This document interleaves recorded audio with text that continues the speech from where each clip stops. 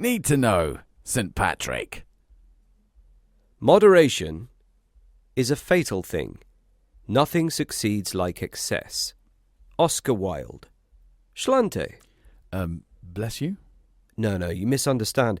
Oscar Fingal O'Flaherty Wills Wilde was an Irish playwright, poet, novelist, and probably one of the most quotable men to have lived. Famous for his Irish wit, he became a symbol of an intellectual age and one of many literary ambassadors of Ireland. On St. Patrick's Day, we celebrate everyone and everything Irish. Slante means health in Irish, and we say it when we have a drink, like the British cheers. I see. So when is it? St. Patrick's Day is on the 17th of March, the greenest day of the year. Green? Ah, yes. Green is the traditional colour of Ireland, maybe because of the lush green landscape. It's so symbolic, in fact, that in the US they even dye the Boston and Chicago rivers green as part of their celebrations. It's also good luck to wear something green on that day, so don't forget your green pants.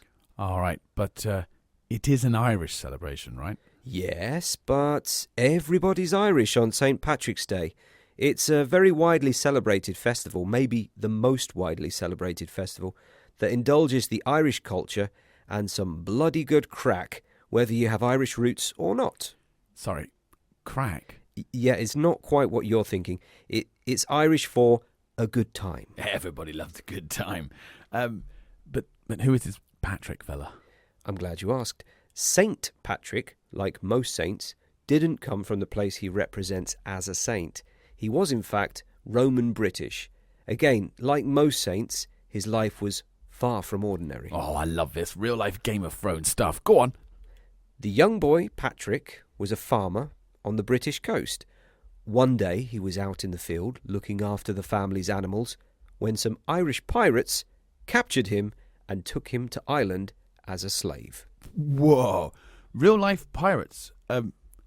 Irish pirates. Yeah, just minding his own business, then bam, pirates. Well, that was life in the 5th century. Blimey. He lived there for 6 years as a slave. Then one day, he escaped and made it back to his family in Britain. Crikey, I'm sure he was relieved. He was ready for revenge. Yeah, Game of Thrones style. Get the axe. On the contrary, his revenge was not total. In fact, it was passive. He wanted to forgive the people that had captured him.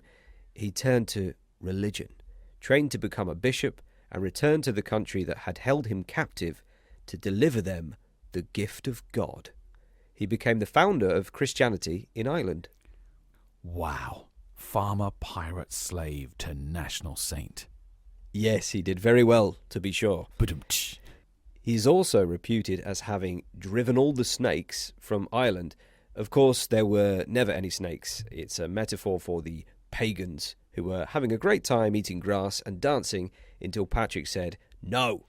The party was over? Not really. Nowadays we have St. Patrick's Day, the biggest Irish festival in the world, all over the world.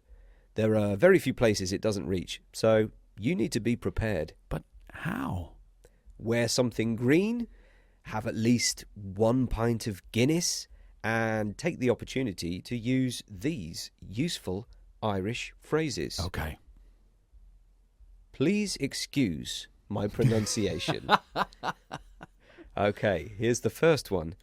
Tuir pogu dum toime ai ronok.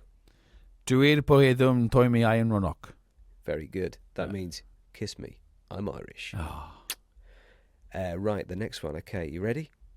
Ban ok ti na faila paudrig uriv. Banok tine faila pauriguriv. Right, you're better at this than I expected.